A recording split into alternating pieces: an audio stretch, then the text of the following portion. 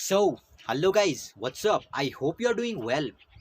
सो guys, आज के इस वीडियो के अंदर हम जानने वाले हैं कि जो हमारे पास अलग अलग टाइप के ज्योमेट्रिकल आइसोमर्स होते हैं, मतलब जो हमारे पास सिस आइसोमर होते हैं और जो हमारे पास ट्रांस आइसोमर्स होते हैं, उनमें किसका बॉइलिंग पॉइंट ज़्यादा होता है और किसका कम होता है। और दूसरा क्वेश्चन हम इस वीडियो के अंदर जानेंगे कि जो हमारे पास अलग अलग टाइप के आइसोमर होते हैं, सॉरी, जो हमारे पास अलग अलग टाइप की ज्योमेट्रिकल आइसोमर है, cis isomer and trans isomer, उसमें से किसका मेल्टिंग पॉइंट ज़्यादा है, किसका कम है, उसको भी जो है हम इस वीडियो के अंदर डिस्कस करेंगे। तो इससे पिछली वीडियो के अंदर हमने ये सब कुछ देख लिया था, ज्योमेट्रिकल आइसोमर्स क्या होते हैं, कितने टाइप के होते हैं, ज्योमेट्रिकल आइसोमर्स और कॉन्फॉर्मेशंस में क्या अंतर होता है, ये भी हमने पिछली वीडियो में देख लिया था। ठीक है, तो आते हैं अपने सीधे इन दो क्वेश्चन के ऊपर जो हमारे पास बच गए थे। ये पूरा का पूरा जो मैंने यहाँ पर बोर्ड के ऊपर लिखा हुआ है, ये मैंने पिछली वीडियो में आपको एक्सप्लेन किया हुआ था। तो वो वाले स्टूडेंट जिन्होंने पिछली वीडियोस को नहीं देखा था, तो नोट्स के लिए मैं चाहूंगा कि आप इस पूरे के पूरे का स्क्रीनशॉट पहले ले लें, उसके बाद हम आगे चलते हैं। जिन स्टूडेंट ने ज्योमेट्रिकल आइसोमेरिज्म वाली ये वीडियो नहीं देखी है, आप पहले जाके उसको देख लें, उसके बाद जो है हम यहाँ पर आएंगे। ये दो क्वेश्चन वहां पर छूट गए थे। तो यहाँ पर देखो, अब हम आते हैं मेन टॉपिक के ऊपर। टॉपिक हमारा क्या है? Cis isomer has higher boiling point than that of trans isomers. जो हमारे पास सिस आइसोमर्स होते हैं, वो उनका जो हमारे पास बॉइलिंग पॉइंट होता है वो ज्यादा होता है हमारे पास as compare to trans isomers. तो ऐसा क्यों होता है? अब जल्दी जल्दी में आपको थोड़ी सी इंट्रोडक्शन जो है इसकी दे दूं कि हमने क्या क्या किया था। तो हमने देखा था कि ज्योमेट्रिकल आइसोमर्स थे दो टाइप के। एक हमारे पास था सिस आइसोमर, सेकंड था हमारे पास ट्रांस आइसोमर्स। ठीक है, तो जैसा कि आप देख पा रहे हो, तो सिस आइसोमर हमारे पास वो वाले आइसोमर होते थे जिसमें जो कार्बन कार्बन डबल बॉन्ड है, ये वाला जो कार्बन कार्बन डबल बॉन्ड है और उसके जो कार्बन लगे हैं, अगर इन दोनों कार्बन के दोनों साइड, मतलब लेफ्ट साइड और राइट साइड, अगर इन दोनों इन कार्बन के दोनों तरफ को सेम टाइप के ग्रुप लगे हुए हैं, मतलब इन कार्बन के दोनों तरफ, ठीक है, दोनों तरफ अगर सिमिलर सिमिलर टाइप के ग्रुप लगे हुए हैं, तो उसको हम कहते हैं सिस आइसोमर। सिस आइसोमर मतलब यहाँ पर आप देख सकते हो कि ये वाला जो कार्बन कार्बन डबल बॉन्ड हमारे पास है, उसके एक तरफ क्लोरीन क्लोरीन लगे हैं, एक तरफ हाइड्रोजन हाइड्रोजन लगे हैं। ठीक है, तो अगर एक साइड में जो है सिमिलर टाइप के अगर ग्रुप लगे हो, तो उसको हम कहते हैं cis isomer. On the other hand, यहाँ पर आप देख पा रहे हो, ये देखो, यहाँ पर कार्बन कार्बन है, उनके बीच में डबल बॉन्ड है। तो यहाँ पर आप देख रहे हो जो क्लोरीन है और क्लोरीन है, वो हमारे पास जो है कैसे है, वो हमारे पास अपोजिट डायरेक्शन में है। वो हमारे पास कैसे है, ये हमारे पास जो है अपोजिट डायरेक्शन में, क्लोरीन क्लोरीन के बीच में जो डबल बॉन्ड बना हुआ है, तो ये जो कार्बन है इनके अपोजिट डायरेक्शन में जो है हमारे पास ये सेम सिमिलर टाइप के ग्रुप बन रहे हैं। तो ऐसी फॉर्म को हम कहते हैं ट्रांस आइसोमर्स। अब आ जाते हैं इसकी बॉइलिंग पॉइंट के ऊपर कि किसका बॉइलिंग पॉइंट ज्यादा है, किसका बॉइलिंग पॉइंट कम है। तो पिछली वीडियो के अंदर हमने पोलैरिटी को भी डिस्कस कर लिया था। अब थोड़ा सा मैं आपको पोलैरिटी के बारे में बताना चाहूंगा। ठीक है, अब यहाँ पर देखिए, जो बॉइलिंग पॉइंट है हमारा, उसको हम तभी बेटर तरीके से समझ पाएंगे जब हम पोलैरिटी का कॉन्सेप्ट हमें क्लियर होगा। तो उसको आपको पहले समझना पड़ेगा, उसके बगैर आप इस वाले क्वेश्चन को नहीं कर सकते हैं। ठीक है, तो यहाँ पर पोलैरिटी यहाँ पर देखते, देखो जो हमारे पास सिस फॉर्म होती है। अब यहाँ पर देखो, मैं आपको पहली वीडियो के अंदर भी बता चुका था, यहाँ से जो है कई तरीके से आपको क्वेश्चन पूछे जा सकते हैं। ठीक है, अब यहाँ पर देखो तीन क्वेश्चन हमारे पास बन गए। जो हमारे पास सिस फॉर्म होती है उसकी पोलैरिटी ज्यादा होती है as compare to trans isomer. Why? ये फर्स्ट क्वेश्चन हो गया। सेकंड क्वेश्चन, जो सिस आइसोमर हमारे पास है, उसमें हमारे पास जो बॉइलिंग पॉइंट होता है वो ज्यादा होता है as compare to trans isomers. Why? दूसरा क्वेश्चन ये हो गया। थर्ड क्वेश्चन हमारे पास आ जाता है, trans isomer has higher boiling point, ठीक है, देन सिस आइसोमर। व्हाई? तो तीन क्वेश्चन हमारे यहाँ पर हो गए और तीनों क्वेश्चन ये इंटरलिंक्ड है, मतलब एक दूसरे पर से जो है जुड़े हुए हैं। ठीक है, तो इसके लिए इसको समझने से पहले हम यहाँ पर आ जाते हैं इस क्वेश्चन के ऊपर। अब पोलैरिटी पहले देखते हैं। तो मैंने जैसा कि आपको कहा कि जो सिस आइसोमर है इसकी पोलैरिटी ज्यादा होगी एज कंपेयर टू ट्रांस जो हमारे पास आइसोमर है। तो यहाँ पर देखो ऐसा क्यों होगा? ऐसा इसलिए होगा, तो यहाँ पर आप देख पा रहे हो, इस वाले स्ट्रक्चर में पहले आते हैं। अगर इस स्ट्रक्चर की अगर हम बात करें, इस वाले स्ट्रक्चर की अगर हम बात करें, तो आपको पता है कि कार्बन और क्लोरीन में जो है ज्यादा इलेक्ट्रोनेगेटिव कौन होता है? क्लोरीन की इलेक्ट्रोनेगेटिविटी ज्यादा होती है, और जो ज्यादा इलेक्ट्रोनेगेटिव होता है वो आपको पता है कि वो इलेक्ट्रॉन को जो है अपनी ओर पुश करता है। ठीक है, अपनी ओर जो है खींचता है, अपनी ओर अट्रैक्ट करता है। तो यहाँ पर देखो, इससे क्या हो जाएगा, कार्बन कार्बन और क्लोरीन के जो बॉन्ड थे, बॉन्ड था, बॉन्ड के इलेक्ट्रॉन क्लोरीन की तरफ को ज्यादा खींच सकते हैं। ठीक है, तो इससे देखो यहाँ पर क्या है, इससे यहाँ पर जो डाइपोल मूवमेंट है, डाइपोल मूवमेंट का डायरेक्शन किसकी तरफ को होगा? वो जो है हमारा क्लोरीन की तरफ होगा। अब आपको इतना तो पता होगा कि ये जो है डाइपोल मूवमेंट का साइन है।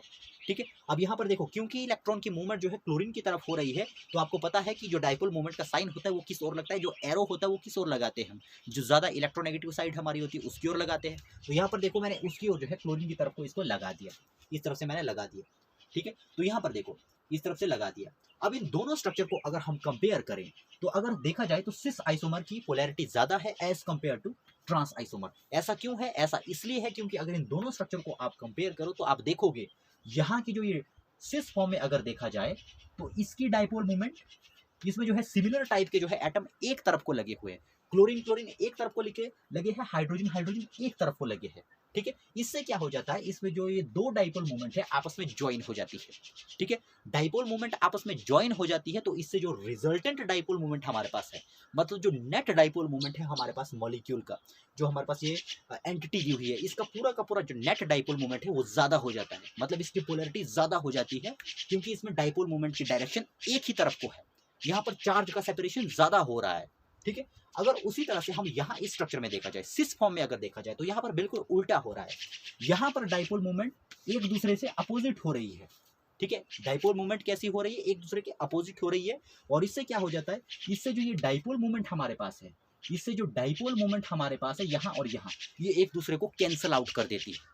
ठीक है, ये क्या कर देती है, एक दूसरे को कैंसल आउट कर देगी, बिल्कुल कैंसल आउट कर देगी। यहाँ पर देखो 0.001 डाइम इसकी डाइपोल मोमेंट इतनी हो गई। ऐसा क्यों हो गया? ऐसा इसलिए हो गया क्योंकि जो डाइपोल मोमेंट थी वो हमारे पास अलग अलग डायरेक्शन में थी। इसको आप ऐसे समझ सकते हो, मान लीजिए रस्सा कस्सी का खेल चल रहा है।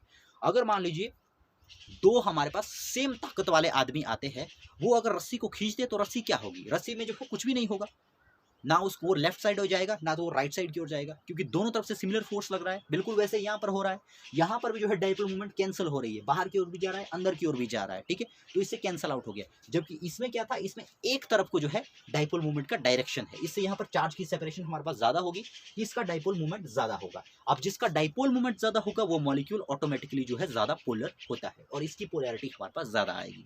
तो इस तरह से हम देख सकते हैं जो सिस आइसोमर हमारे पास होता है उसकी पोलैरिटी हमारे पास ज्यादा होती है एज कंपेयर टू ट्रांस।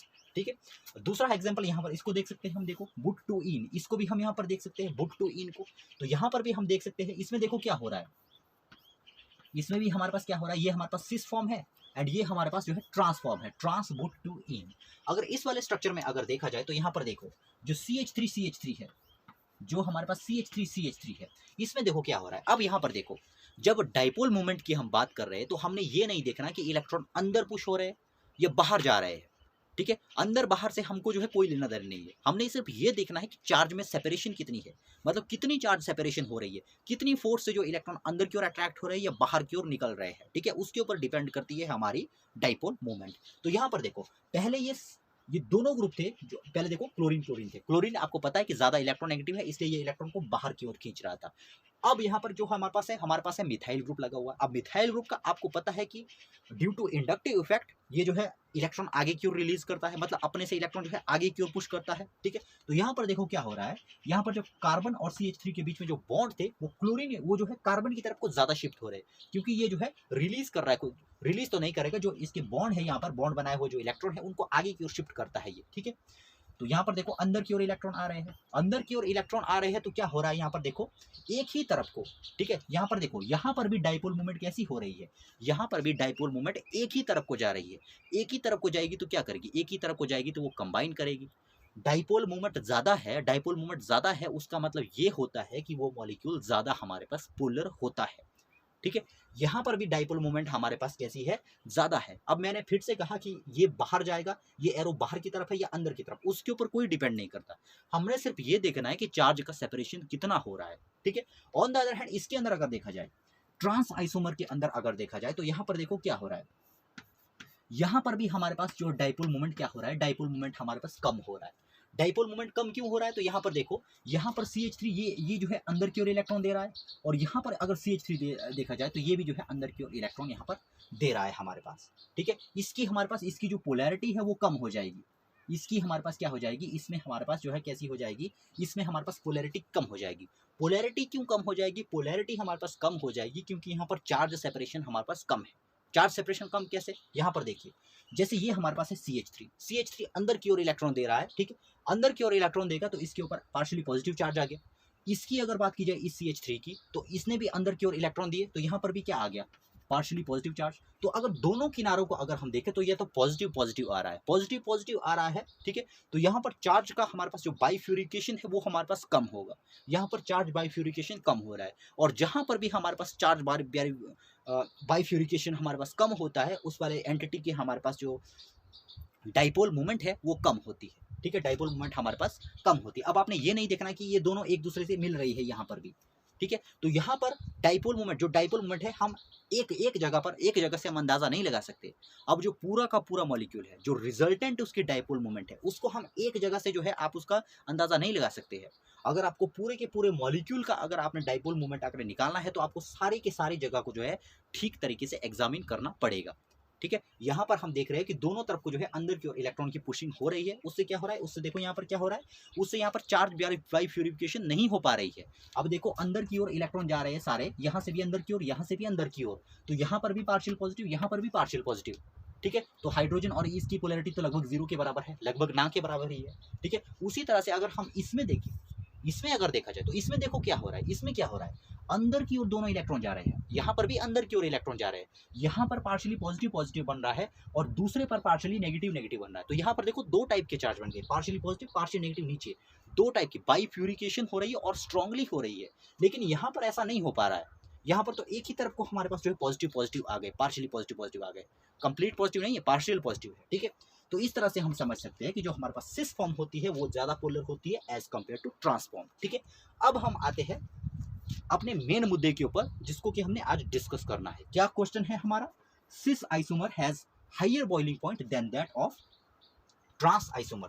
अब देखो गाइस, जो हमारे पास केमिस्ट्री होती है उसमें एक टॉपिक जो है दूसरे टॉपिक के साथ जो है इंटरलिंक्ड होता है। अब देखो हमने डिफरेंट टाइप्स के फोर्सेस के बारे में पढ़ा हुआ है, वंडरवॉल फोर्सेस हो गया, डाइपोल डाइपोल इंट्रैक्शंस हो गई, हाइड्रोजन बॉन्ड्स हो गए, अलग अलग टाइप की फोर्सेस के बारे में हमने पढ़ा हुआ है, ठीक है।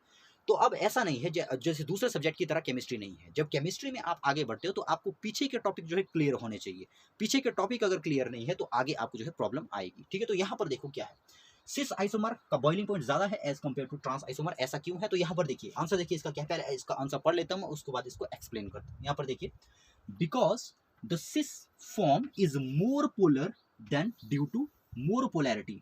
अब यहाँ पर देखो, जैसे मैंने आपको कहा था ये पोलर वाला कॉन्सेप्ट समझाना जरूरी था, तो आपको ये पोलैरिटी आपको पता लगे कि सिस फॉर्म की पोलैरिटी ज्यादा है as compare to trans isomer. तो यहाँ पर देखो ये तो आपको पता लग गया कि सिस फॉर्म की पोलैरिटी ज्यादा है। अब क्या होगा, ड्यू टू लार्ज पोलैरिटी, ठीक है, ड्यू टू लार्ज पोलैरिटी। अब देखो ये पोलर, ये ज्यादा पोलर है। ज्यादा पोलर कब होगा, ज्यादा पोलर तब होगा जब इसमें चार्ज का बाइफ्यूरिफिकेशन होगा, ठीक है। तो यहाँ पर देखो जब इसकी पोलैरिटी इसकी कैसी है, इसकी पोलैरिटी कैसी है, because the cis form is more polar and due to more polarity. अब देखो क्योंकि ये वाली फॉर्म ज्यादा पोलर है, ठीक है, due to this more polarity there is additional dipole dipole interaction in the cis form. अब यहाँ पर देखो हमारे पास जो भी हमारे पास एंटिटीज है जिनके ऊपर पॉजिटिव चार्ज है या जिन पर नेगेटिव चार्ज है, ठीक है, तो उनके बीच में क्या होता है, उनके बीच में क्या होगा। अब हमें पता है, जैसे मान लीजिए जो अलग अलग, जो हमारे पास अलग अलग चार्जेस है, मान लीजिए जो डिफरेंट डिफरेंट चार्जेस है, तो उन डिफरेंट डिफरेंट चार्जेस के बीच में ऑटोमेटिकली जो है एक फोर्स ऑफ अट्रैक्शन जो है हमारे पास देखने को मिलती है, ठीक है। तो ये वही सीन जो है यहाँ पर हमें देखने को मिलता है, क्योंकि यहाँ पर चार्ज बाइफ्यूरिफिकेशन है। यहाँ पर देखो हमने देखा जिसमें जो ज्यादा पोलर होगा, जो वाली जो एंटिटी ज्यादा पोलर होगी, तो हमने देखा कि वहां पर चार्ज का बाइफ्यूरिकेशन होगा, ठीक है। चार्ज का बाइफ्यूरिफिकेशन होगा तो इससे क्या हो जाएगा, इससे हमारे पास जो, क्योंकि यहाँ पर हमारे पास नेट पोलैरिटी ज्यादा है, नेट पोलैरिटी ज्यादा है, तो इससे क्या हो जाएगा, जो हमारे पास अलग अलग टाइप के जो हमारे पास एंटिटीज होती है उनके बीच में जो है एक नई फोर्स जो है जनरेट हो जाती है, जिसको कि हम कहते हैं डाइपोल डाइपोल इंट्रैक्शंस, ठीक है। अब ये डाइपोल डाइपोल इंट्रैक्शन अगर आपको जो है पता नहीं है तो उसके लिए जो है आपको मेरी प्रीवियस वीडियोस देखनी पड़ेगी, जहां पर मैंने डाइपोल डाइपोल इंट्रैक्शन के बारे में बताया हुआ है। सिर्फ और सिर्फ डाइपोल इंट्रैक्शन के बारे में नहीं, डाइपोल डाइपोल इंट्रैक्शन आपको सभी जो है फोर्सेस के बारे में पता होना चाहिए। तो यहाँ पर भी क्या होगा, क्योंकि यहाँ पर जितना ज़्यादा हमारे पास पोलर एंटिटीज़ होती है, जितनी ज़्यादा एंटिटीज़ की पोलैरिटी होती है, उसके बीच में जो है डाइपोल डाइपोल इंट्रैक्शन भी उतना ही ज़्यादा होता है। अब यहाँ पर देखो, जिनमें ऐसे कंपाउंड जिनके अंदर चार्ज का सेपरेशन नहीं होता है, तो उनमें जो है सिंपली वंडरवॉल फोर्सेस काम करती है। वंडरवॉल फोर्सेस सबसे वीक फोर्सेस होती है, ठीक है, मतलब ऐसे कंपाउंड जिनमें किसी भी तरह का चार्ज सेपरेशन नहीं है, उसमें जो है वंडरवॉल फोर्सेस होती है। तो यहाँ पर देखो, यहाँ पर हमारे पास प्रोमिनेंट चार्ज नहीं है। अब ऐसा नहीं कि कहीं पर हमारे पास पूरी तरह से पॉजिटिव आ गया, कहीं पर हमारे पास पूरी तरह से नेगेटिव आ गया, ऐसा नहीं है। यहाँ पर जो भी हो रहा है वो पार्शियली हो रहा है, ठीक है, यहाँ पर जो भी हो रहा है पार्शियली हो रहा है। यहाँ से इलेक्ट्रॉन नीचे आ रहा है तो यहाँ पूरा पूरा यहाँ पर पॉजिटिव नहीं आ रहा है, यह पार्शियल पॉजिटिव आ रहा है, ठीक है। तो इन दोनों ही फॉर्म में वंडर वॉल फोर्सेस तो काम करेगी। वंडर वॉल फोर्सेस काम इसलिए करेगी क्योंकि ये पूरी तरह से नेगेटिव और पॉजिटिव फॉर्म वाले नहीं है। लेकिन हमने देखा कि जिसमें पोलैरिटी ज़्यादा होगी, मैंने अभी आपको कहा जिन एंटिटीज़ की पोलैरिटी ज़्यादा होती है, ठीक है, उन पर जो है चार्ज जो है ज़्यादा होते हैं, ठीक है। चार्ज ज़्यादा होते हैं तो हमारे पास जो अलग अलग जो दो एंटिटीज़ है उनके बीच में वंडर वॉल फोर्सेस भी है, प्लस साथ में क्या है, प्लस क्या है उसमें, डाइपोल डाइपोल इंट्रैक्शंस भी है, ठीक है, डाइपोल डाइपोल इंट्रैक्शंस भी है। तो जो हमारे पास ट्रांसफॉर्म है इसके पास, इसमें हमारे पास डाइपोल डाइपोल इंट्रैक्शन नहीं है, क्योंकि ना के बराबर है, क्योंकि यहाँ पर क्या है, ट्रांसफॉर्म में हमारे पास क्या है, क्योंकि यहाँ पर तो डाइपोल मूवमेंट ही जीरो है। डाइपोल मूवमेंट जीरो है मतलब यहाँ पर चार्ज का बाइफ्यूरिकेशन नहीं है, और अगर चार्ज ही नहीं है तो अट्रैक्शन क्या होगा, तो उसके बीच में सिंपल डाइपोल डाइपोल जो हमारा सिंपल इसमें जो है, जो हमारे पास लंडन फोर्सेस होती है जो, या जिसको हम वंडर वॉल फोर्सेस कहते हैं, सिर्फ और सिर्फ वही होगा इसके अंदर। जबकि इसके अंदर क्या होगा, इसके अंदर हमारे पास जो डाइपोल डाइपोल फोर्सेस है वो भी होगी, ठीक है, और साथ में क्या होगा, जो हमारे पास वंडर वॉल फोर्सेस है वो तो होगी ही होगी, साथ में इसमें और क्या होगा, इसमें डाइपोल डाइपोल इंट्रैक्शन भी होगी, क्योंकि इसकी डाइपोल मूवमेंट ज़्यादा है, ठीक है। आपको एक लाइन बस याद रखनी है, जहाँ पर डाइपोल मूवमेंट ज़्यादा होती है उन एंटिटीज़ में डाइपोल डाइपोल इंट्रैक्शंस होती है। सो फर्स्ट क्वेश्चन हमारा सॉल्व हो गया कि जो हमारे पास सिस फॉर्म होते हैं उनका बॉइलिंग पॉइंट जो है हायर क्यों होता है। अब यहाँ पर देखो, दो एंटिटीज के बीच में, ये दो हथेलियां मान लीजिए, दो एंटिटीज है, दो एंटिटीज के बीच में अगर फोर्स ज़्यादा है, ठीक है, फोर्स ज़्यादा है, तो उस फोर्स को तोड़ने के लिए मुझे एनर्जी की ज़रूरत होगी, ठीक है। अब उसको जैसे देखो, बॉयल क्या होगा, बॉयल कब होगा, ये देखो बॉयल कब होगा, जब हमारे पास लिक्विड जो है वेपर के अंदर कन्वर्ट होने लगेगा, ठीक है, तभी हम कहते हैं कि बॉइलिंग हो रही है, ठीक है। तो लिक्विड वेपर में अंदर कब कन्वर्ट होगा, जब लिक्विड के बीच के बॉन्ड टूटते हैं। तो दो एंटिटी, अब लिक्विड वेपर में कब बनेगा, जब उसके बीच में बॉन्ड टूटेंगे दो एंटिटीज के बीच में, ठीक है। तो जो हमारे पास सिस फॉर्म होती है, क्योंकि उसमें दो टाइप की फोर्सेज हमारे पास होती है, कौन कौन सी, वंडर वॉल फोर्सेज भी होती है, प्लस डाइपोल डाइपोल इंट्रैक्शंस भी होती है, ठीक है।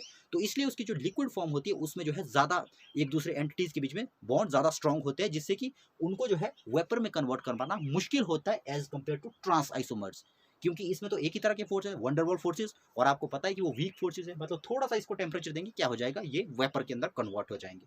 तो ये हमारा फर्स्ट क्वेश्चन जो है कंप्लीट हो गया।